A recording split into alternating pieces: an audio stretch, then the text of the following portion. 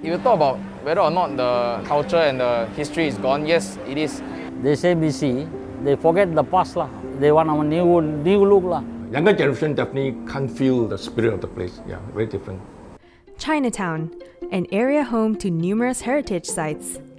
One of them is the China Square Conservation Area, which stretches from Southbridge Road to Teluk-Ayer Street. In the 19th century, it was home to early immigrants arriving from various regions of China. Many of them worked as coolies and samsui women and lived in the tightly packed shophouses that lined the streets. They managed to make the area their own by building places of worship, schools, and associations, some of which we still see today.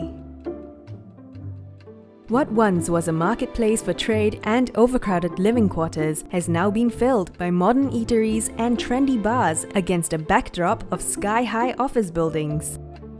But with these changes, some may question whether China Square's heritage and soul have truly been preserved. My name is Tan Han Cheong. I'm the third generation of Kim Po Hong goldsmiths. My grandfather started this in 1938. So we started at 58 China Street, then we moved to 41 China Street. We've moved to Pidamco. We then moved here in this place at the China Square. My name is Muhammad Lah. Yeah, since I working for him about 18 years. We are registered 2004. Pushkar, not here, corner there. So I was born upstairs of the shop. Yeah. When I was very young, I do go down to the shop and I learned how to make receipts and attend to customers. My elder sister and then my younger sister, they are now running this place. And we just hop out here and there. Yeah, I still remember this is a busy street. This is really a busy street. We have an ice factory around here, bottle shops, timber shop, they sell plywood. Yeah, there's a lot of things here, This place last time is a vegetable market. I was small. I stay here only lah. Selling cigarette, kacang putih like this lah. Many. We miss the street operas, all the snacks that we eat. We miss a lot of the old hawkers. So these are the old trade that ply around the area. You don't see them anymore. Yeah. These are the memories. As the nation progressed, the bustling street that once filled with local hawkers started to empty out. And by the 1980s, due to overcrowding and neglect of the area, China Square was slated for redevelopment. About 200 units of pre-war buildings were identified by the urban redevelopment authorities to be conserved for its history. The exteriors are kept intact, while the interior structures were linked to make way for commercial activity. Any restoration done had made use of original materials and traditional construction methods to stay true to its heritage. Today, the preserved building structures house a new generation of food vendors that cater to patrons working around the area. But just how much do the new tenants and crowd actually know about China Square?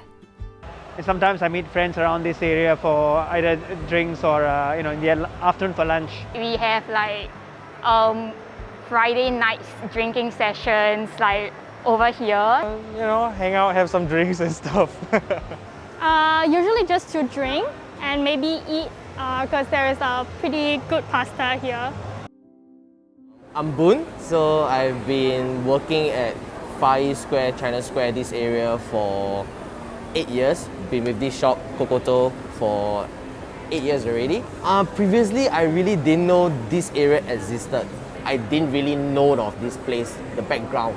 Yeah, I didn't look into there a lot. My name is Peter. I've been here on this street for around 5 to 6 years. If you walk around here, there is a coolie statue, samsui woman statue. There is over there. There is a trick shop. So these are some things that I see every day. So I kind of like know that this kind of thing happened in the past. I only saw like a few statues and whatsoever. I walk past and then I don't know the history.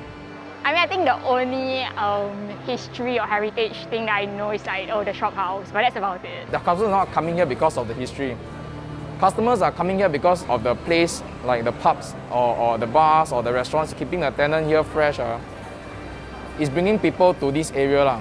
That's where they can experience or see and be in the vibe lah of these conserved buildings. My name is Rachel. I'm 29 this year and I'm 4th generation.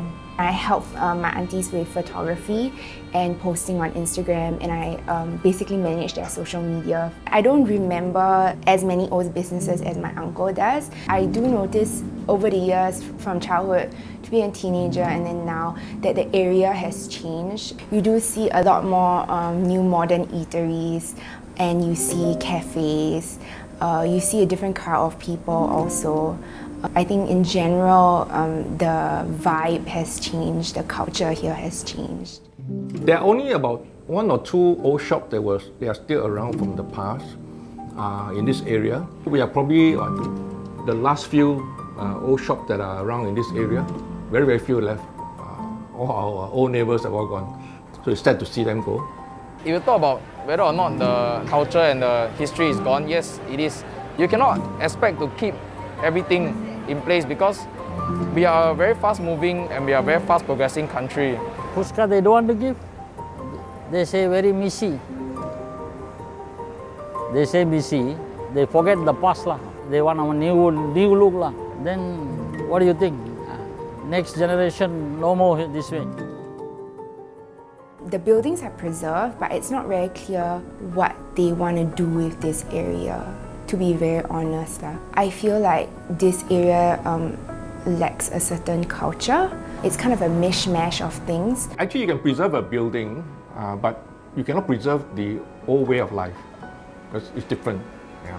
So you don't see the kind of vibrancy. But we have to move on. We cannot stay put in history. I mean, it's just a fact of our nationhood, and we just got to keep improving and changing. I think it's inevitable to move on. Yeah, so even as much as we want, then it's a bit difficult. What we see now is an empty shop, but at least this is a piece of history that we keep. Because if we don't even have this, right, then it's really gone. The history of Singapore is really gone.